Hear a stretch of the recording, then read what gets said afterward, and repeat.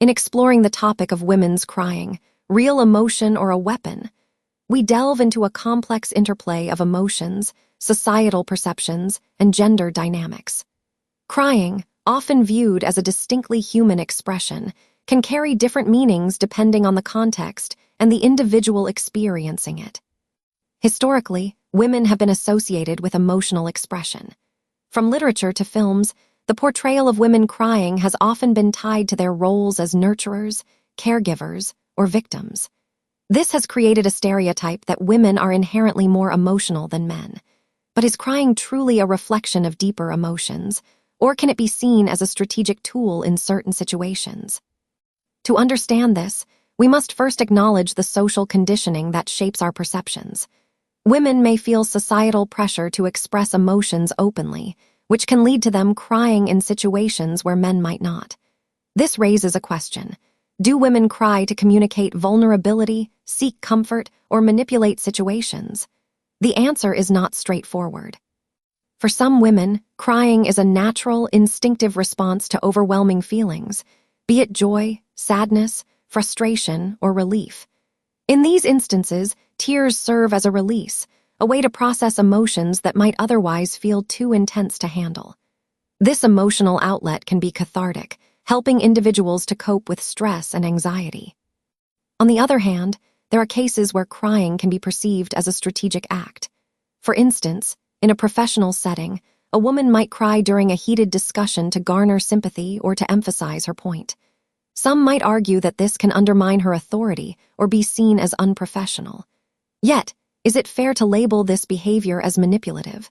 Or is it simply a reflection of the emotional labor women are often expected to perform? The societal expectations placed upon women. Women are frequently socialized to express emotions, while men are often taught to suppress them. This disparity can lead to misunderstandings in gender dynamics. When a woman cries, it can evoke a range of responses.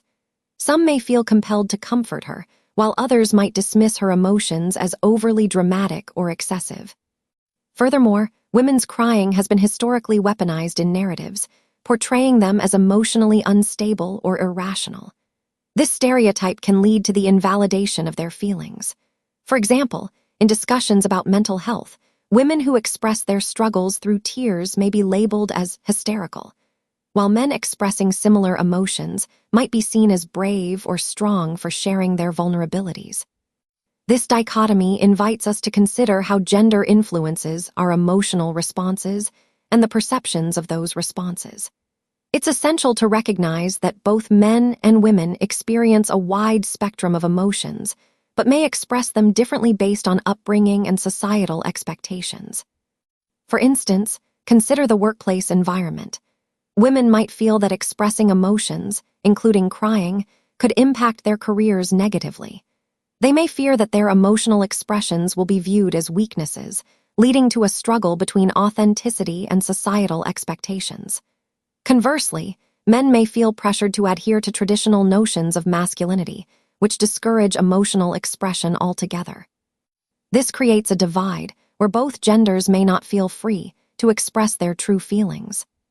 As we reflect on these dynamics, it's crucial to pose some questions for our audience. How do you perceive crying in women?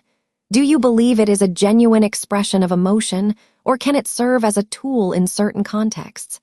Have you personally witnessed instances where these perceptions impacted relationships or professional interactions? Moreover, we must consider the role of empathy in these situations. When we see someone crying, our immediate response is often to empathize and offer support. However, what happens when that crying is met with skepticism? How does this affect the individual who is expressing their emotions?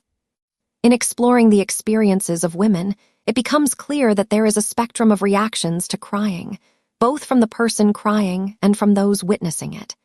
Some women may feel empowered by their tears, using them as a means of communication.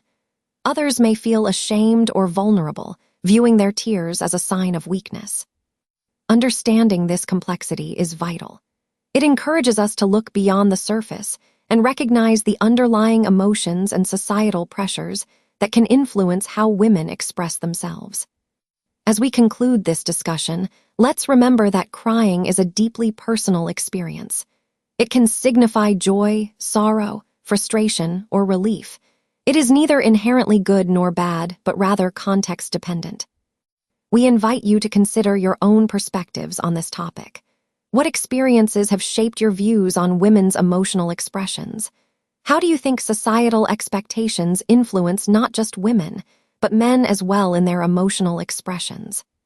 As we continue to navigate these conversations, let's strive to foster an environment where all individuals feel safe to express their emotions, free from judgment or stereotyping. Emotional expression should be celebrated as a part of the human experience, allowing for deeper connections and understanding among us all. We encourage you to share your thoughts and experiences in the comments below. What has been your experience with emotional expression, whether your own or that of others? Thank you for joining us in this exploration of a nuanced topic. Stay tuned for more discussions that challenge societal norms and encourage open dialogue. Don't forget to subscribe to our channel, Silk Masks, for more insightful content.